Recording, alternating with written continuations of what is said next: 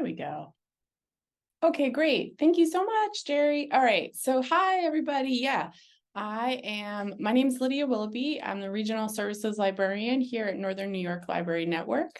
I work in libraries because I'm interested in access to information and knowledge and liberation as a process of citizenship. Access to information is a human right, a civil right, all that stuff. And yeah, I just wanted to do this little workshop, pretty much just like walking through ways to access all the resources we have available. Some of it is because I'm new in my role, so this stuff is new to me as well, or at least it was when I started here in May. So yeah, this is a webinar format, so I can't really, if you have questions or anything, please drop them in the chat as we go. But yeah, we're gonna get started on a little tour of the website. Yeah, okay, so, and I'm also gonna just double check after the meeting, everybody that registered, I'm gonna just make sure that your email address is hooked up to all of the resources we have here. So, you know, if as we're going through stuff today, you're not able to log into something, or if you go through it afterwards and find that you have trouble logging in, just get in touch with me, and we'll make it happen.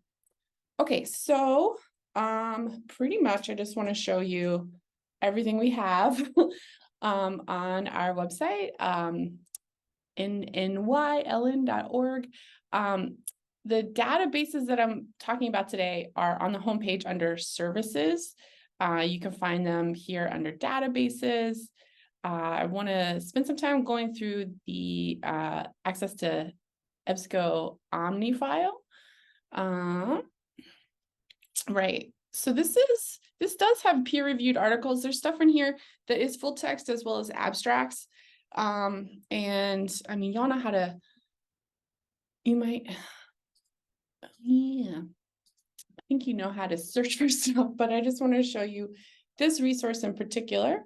So I'm just going to search in here for an author that I've been researching a lot in the last 2 years, Carmen Kennard, just to show you what the results look like and what you're looking at here. So it goes through and, you know, you can see all the kinds of articles we have access to. It gives you a little preview of stuff. This one looks really fun. So yeah, this one is just the abstract of it.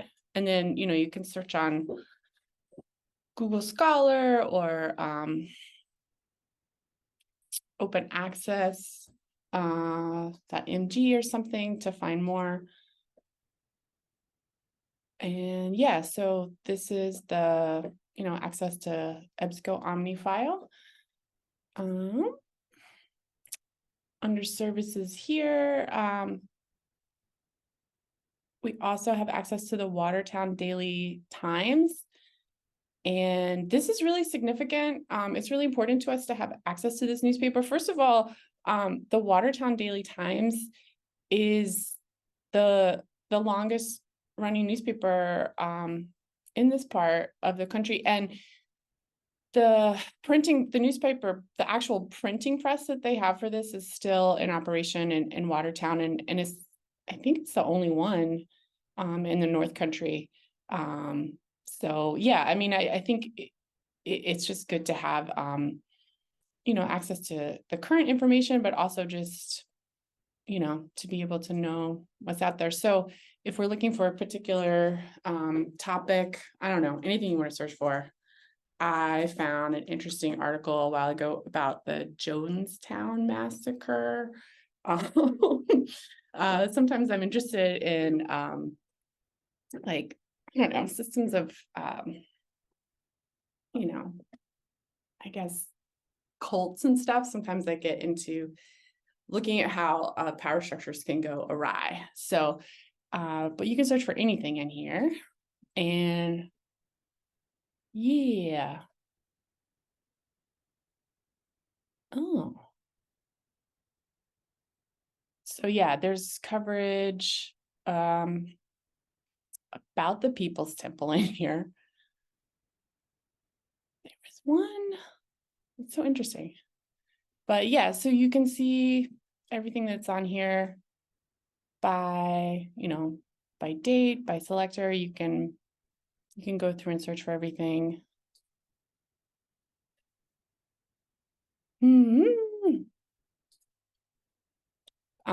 and if you're in a teaching environment, you can select the grade level you want to look at on here.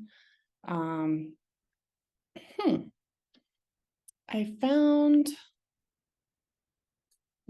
an article, alt text. Oh, I was looking before at the lead first paragraph option. And this is what I was looking for. But really, I just wanted to show you the use of the Watertown Daily Times. But yeah, there was a survivor of the Jonestown massacre that lived in the North Country. And that's just like an interesting, I guess, connection. But it just shows you, how you can get to it. All right. So that is access to the Watertown Daily Times. Newsbank has other resources. You can create a login and save things to your personal folder here, all of that stuff. Okay. Other databases that we have access to here are the Tech Talk, which is, they call themselves like Tech Talk for. Oh, I'm just looking at a question from Holly. Can you search for articles that are further back than what is available online from the paper to get the citation at least? Oh yeah, let's do that before we move on. Okay. Further back.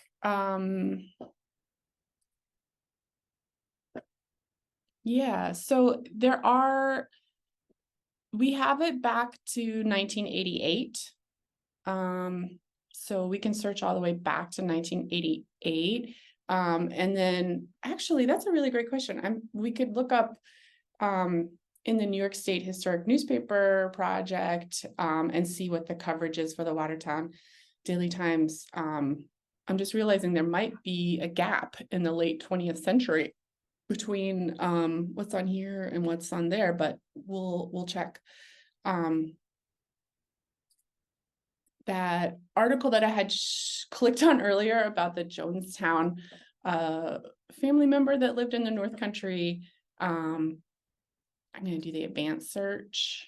Oh, and you can see today's issue too. Like if you want to read about something that happened today or see what's up there. So I'm just going to go back to that one example because I think the article's from the 90s. Nope, it's from 2003. Oh yeah, and it's got different I don't know, options on here if you want to listen to something while you're doing something else or things like that. Yeah. Can you search for articles that are further back than what is available online from the paper? Yeah, so yes, we have it all the way back to 1988 and yeah. Oh yeah, that's right. The thing about the Jonestown Massacre is they were prolific documentarians and recorded everything. California Digital Library has like a great collection of their stuff, but yeah, so I hope that answers that question. I mean, the really thing here is you can also like browse by particular issue. Like, I guess if you wanted to see what happened on your birthday or yeah, we can go back to 1988 and see the oldest issue that we have access to. It's just birth records. So genealogists are going to be interested in that. Yeah. Okay. A lot of stuff happened in the House of the Good Samaritan in 1988.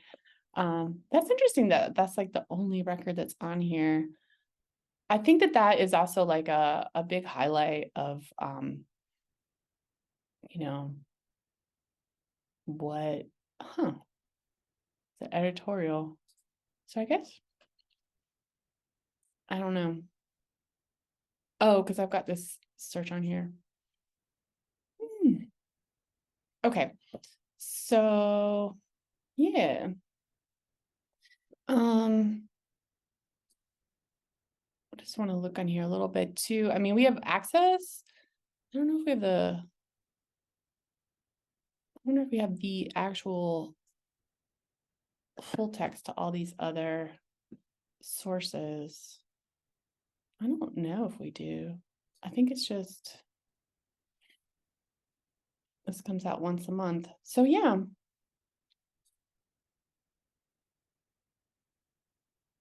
Yeah, there's tons of other titles you can also get to through Newsbank. Yeah. Okay. So yeah, if you have questions, drop them in there. More search options, blah, blah, blah, blah. Everybody likes searching on maps now. Something we have on the newspaper site. But yeah, I mean, you can see like the areas of coverage. These are just like where the publishers are based. All right. Yeah, I mean, there's tons of different things. And then, it is an educator tool. So it's got kind of like, I feel like this is like Comp 101 or like, one of those like contrasting viewpoints kind of overviews of today's topics. All right. So yeah, the other one we have is Tech Talk. And this, it is case sensitive. So this is going to be your username. That's our password, and you should be able to just go to the Tech Talk log in, see my menagerie of logins. Yeah. So yeah, so this one is by the organization. And yeah, I mean, once you're in here, Tech Talk is something that's like, it just really depends on what your user level is. Like sometimes I'm reading it and I'm like, oh, I'm familiar with that. But then, like there's some other topics that, I don't know, like I do sometimes really appreciate,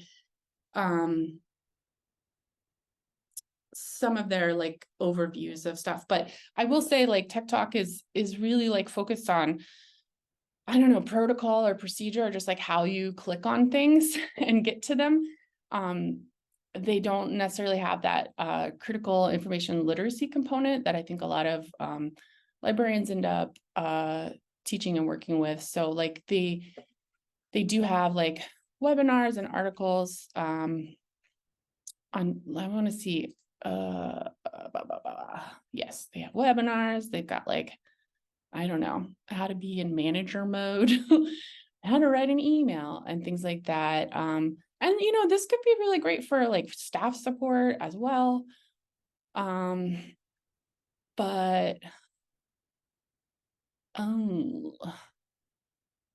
yeah, so they have all these different topics. I just wanted to point out like if you're looking for something, like they have recently published a lot of tools on AI.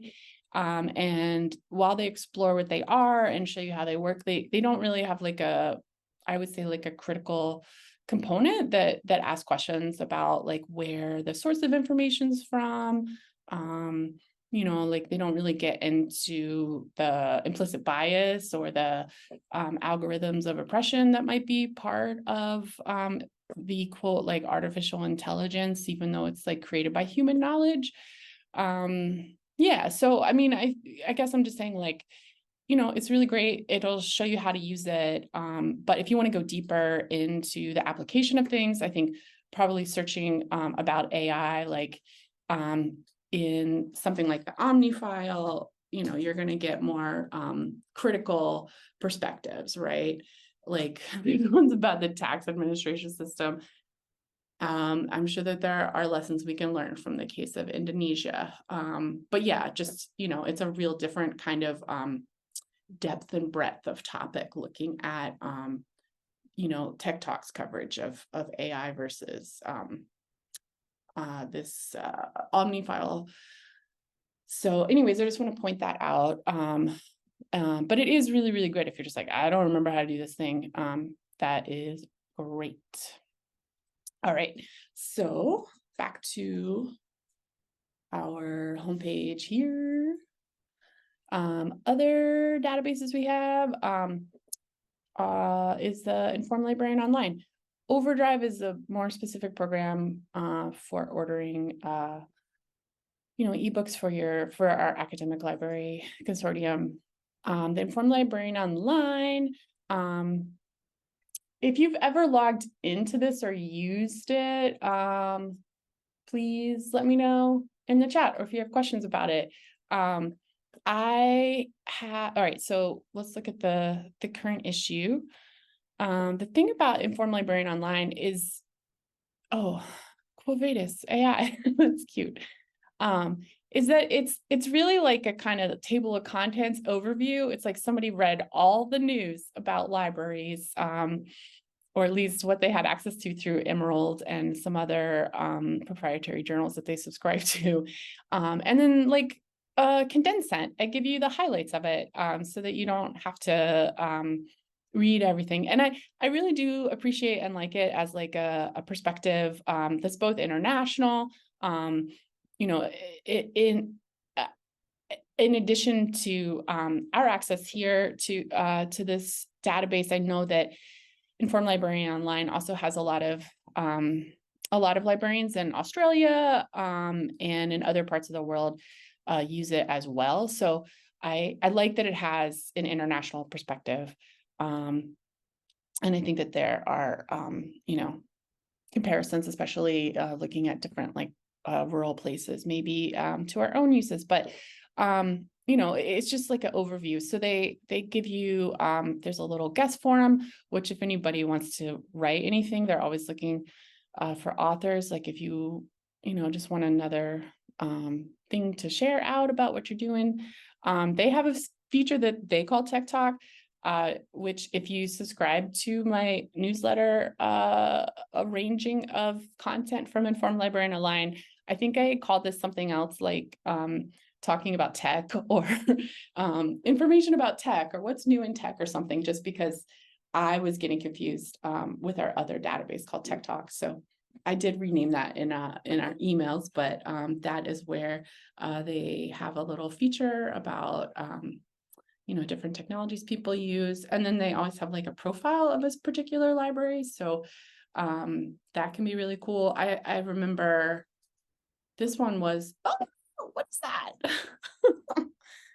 Well, let's make sure we are at the current issue. I want to go to the full profile. Maybe they took it out. I don't know. That was really strange.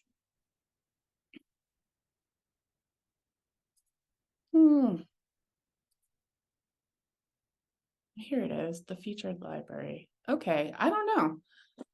It seems to be working off of this link. But yeah, and then in the email that I send out to y'all or to people who subscribe to it, I make sure that the links work directly. So yeah, this is the second part of somebody, let's see.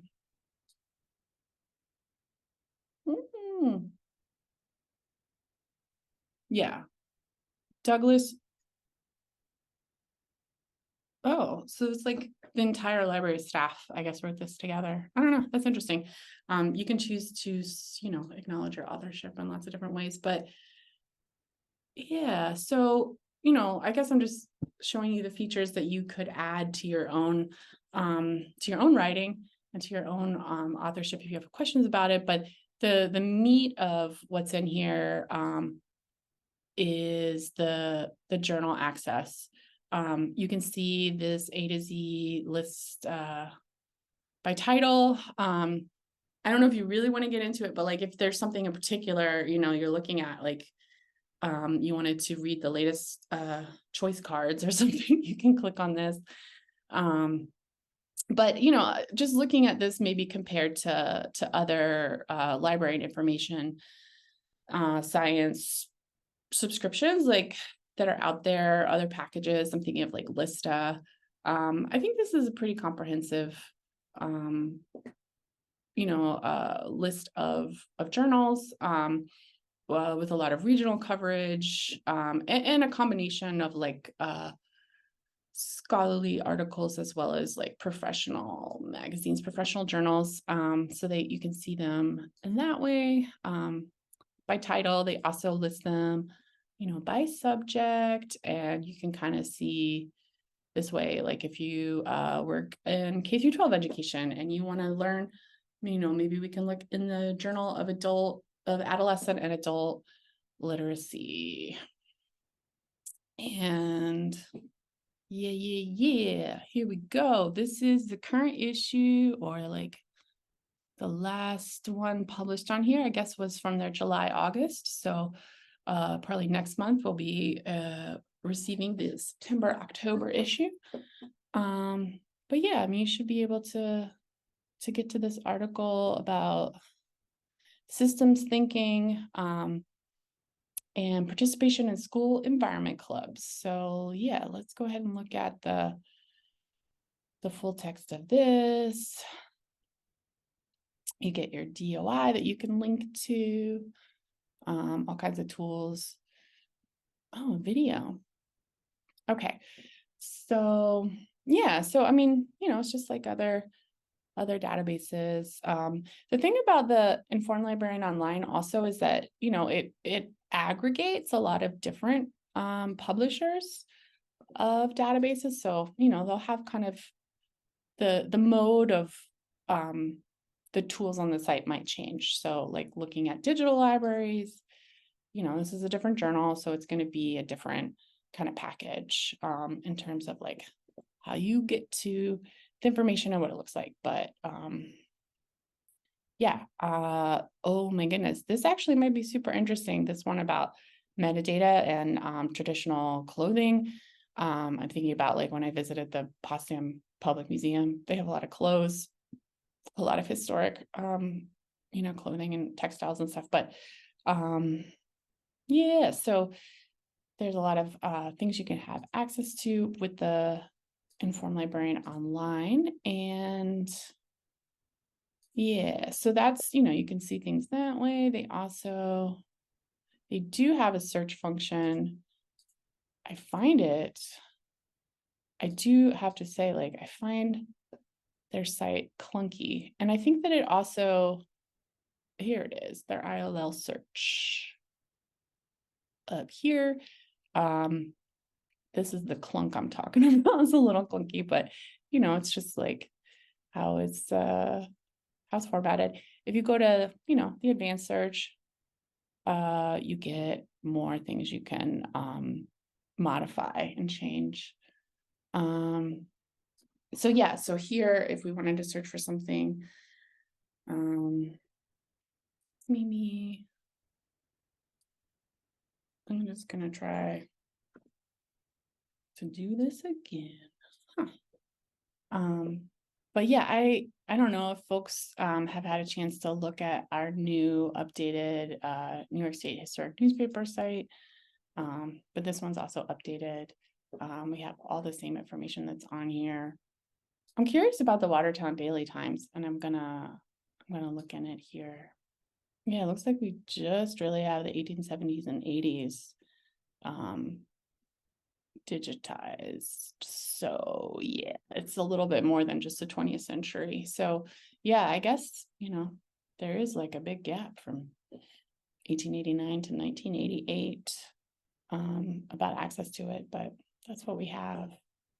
Okay. So yeah.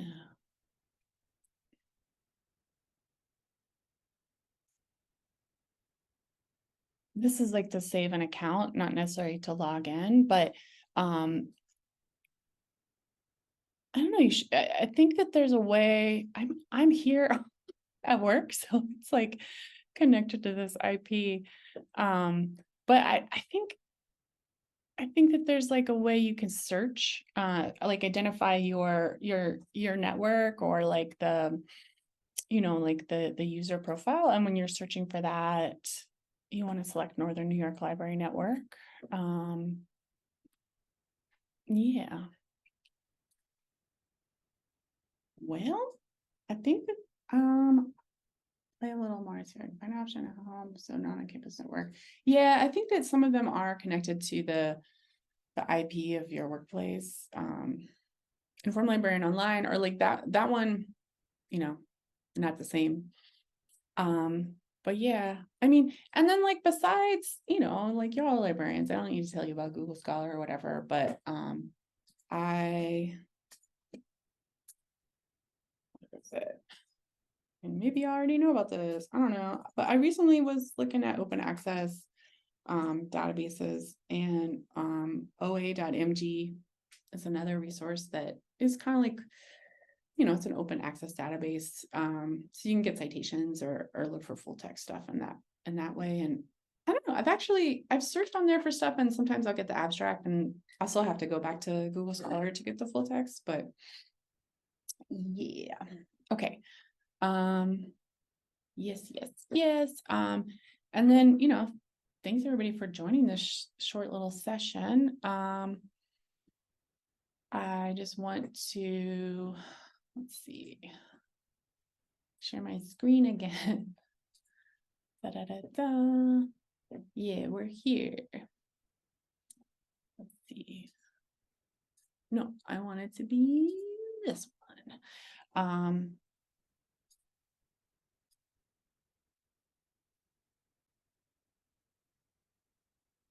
Yeah, so I mean, the only other thing I really want to point out is like our fall meeting is coming up, October 4th. It's going to be in person as well as online. The in-person component is going to be really nice. It's at the Paul Smith Vic. We'll have catered lunch and coffee and stuff for y'all. It's going to be really great grant presentations by many, by everybody that got grants from us last year. And I think we'll also be announcing the grant awardees for this current fiscal year. And we circulate and distribute a number of different newsletters for your professional development. One that I just sent out last night was the continuing education update that included this information I'm showing you now. And then we also do Points North, and Tech Talk and Informed Librarian Online also have dedicated newsletters. Yeah, at this time, I'd just like to thank everybody for coming here, spending your morning doing this. And yeah, please be in touch if you have further questions. Have a great day. Thanks, everybody. Oh, good. I'm glad I thought it was fun. Okay, goodbye. These are the databases we have.